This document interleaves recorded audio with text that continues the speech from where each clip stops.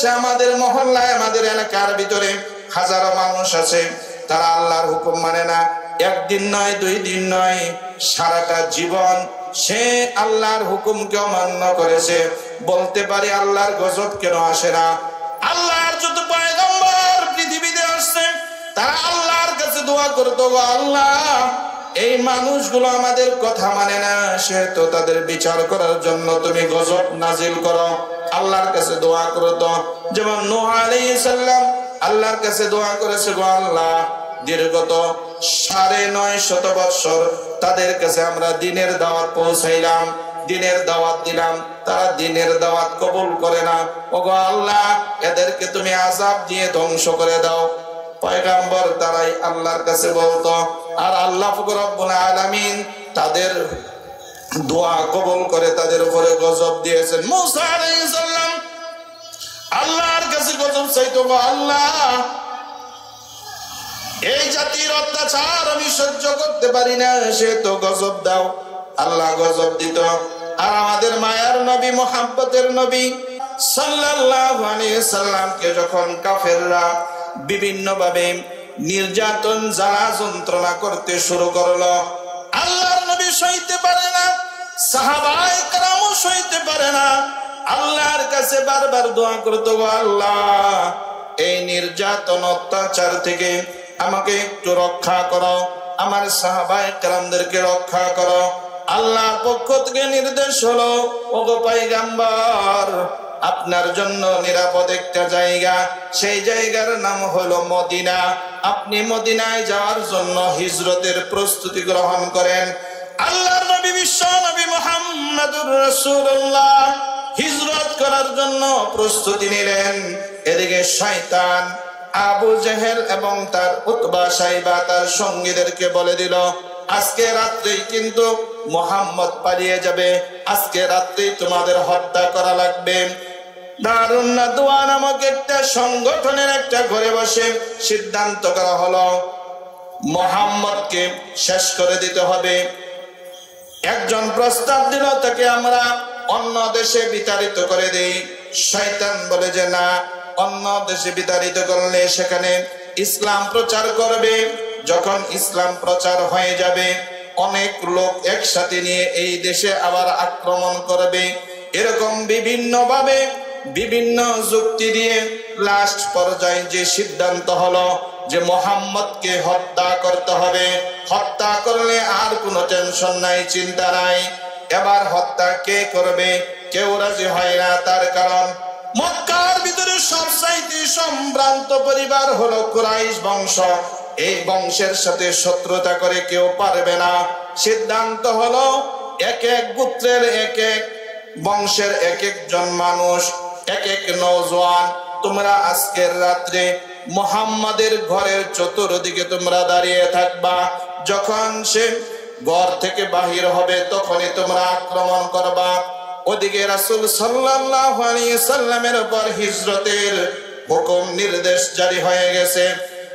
রাতের অন্ধকারে বিশ্বনবী মুহাম্মদুর রাসূলুল্লাহ সাল্লাল্লাহু আলাইহি সাল্লাম ঘর থেকে বাহির হলেন। দেখেন চতুর্দিকে কাফেররা দাঁড়িয়ে আছে তাকে মারার জন্য।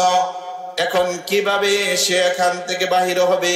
একজনের গায়ের সাথে আরেকজন লাগিয়ে দাঁড়ানো, একজনের ফাঁক দিয়া আরেকজন যাওয়া কখনোই সম্ভব না, অসম্ভব।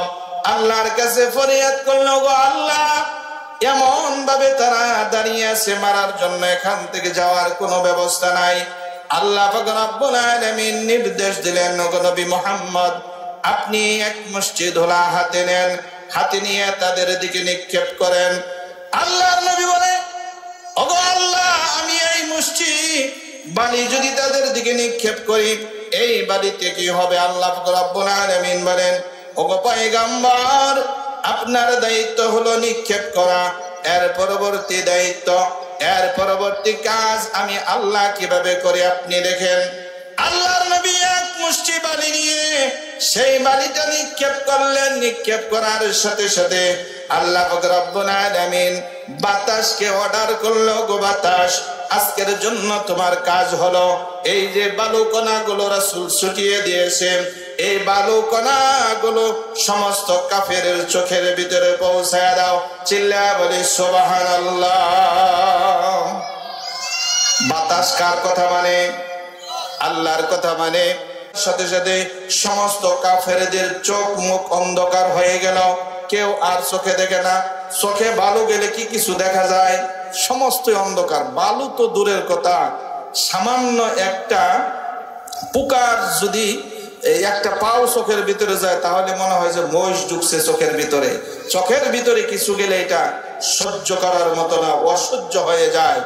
আর এদের চোখের ভিতরে সেই আমাদের দেশে যে আছে সিলেকশন বালু, যেগুলা দিয়ে মানুষ বড় বড় বিল্ডিং এর কাজ করে, এরকম মোটা দানার বালুগুলো যখন তাদের চোখে গেছে, চোখে যাওয়ার সাথে সাথে যারা আর চোখে দেখে না, চোখ কসলাইতেছে। এমন সময় আল্লাহ রাব্বুল আলামিন হুকুম করলেন, ওগো নবী আপনি এখন নিরাপদে মদিনায় চলে যান। আল্লাহর নবী বিশ্ব নবী মুহাম্মদুর রাসূলুল্লাহ সাল্লাল্লাহু আলাইহি সাল্লাম তার চোখের কসলানিতে কেউ কিছু দেখে না, এই সুযোগে আল্লাহর নবী হিজরত করে মদিনায় চলে গেলেন। চিল্লায়া বলি সুবহানাল্লাহ। মায়ার নবী, মুহাব্বতের নবী, নবী মুহাম্মদুর রাসূলুল্লাহ সাল্লাল্লাহু আলাইহি সাল্লাম আল্লাহর কাছে দোয়া করেছে, ওগো আল্লাহ আমার উম্মতকে তুমি কঠিন কোন গজব দিয়ে ধ্বংস করিও না। চিল্লায়া বলি সুবহানাল্লাহ। আল্লাহর নবীর দোয়ার বরকতে আল্লাহ রাব্বুল আলামিন আমাদের গজব থেকে হেফাজত করেছেন। আর না হলে আমাদের আমলের যে কোয়ালিটি, আমরা যেভাবে চলি তাতে আমরা গজব পাওয়ার উপযুক্ত, ঠিক কিনা? গজব পাওয়ার উপযুক্ত। কেন আল্লাহ গজব দিচ্ছেন না? আল্লাহর গজব দেয় না, এই জন্যে নবী মুহাম্মদের দোয়াকে আল্লাহ কবুল করেছেন। তার দোয়ার বরকতে আমরা গজব থেকে হেফাজতে আছে, আমাদের উপরে গজব নাজিল হচ্ছে না। আর না হলে যে অন্যায় অত্যাচার সেই জাহিলি যুগ ছাড়াই গেছে। এখন সেই বনি ইসরাইলের লোক, তারা যেভাবে আল্লাহর নাফরমানি করত, এখন বর্তমান জামানার মানুষগুলো বনি ইসরাইলকে ছাড়াই গেছে অন্যায় অপরাধের দিক থেকে।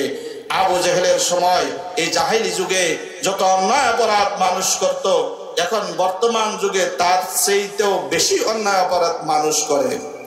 কিন্তু এত অন্যায় অপরাধ করার পরে আল্লাহ রাব্বুল আলামিন মুহাম্মদুর রাসূলুল্লাহ সাল্লাল্লাহু আলাইহি সাল্লামের দোয়ার বরকতে আমাদেরকে হেফাজত করেছেন, গজব দেন নাই।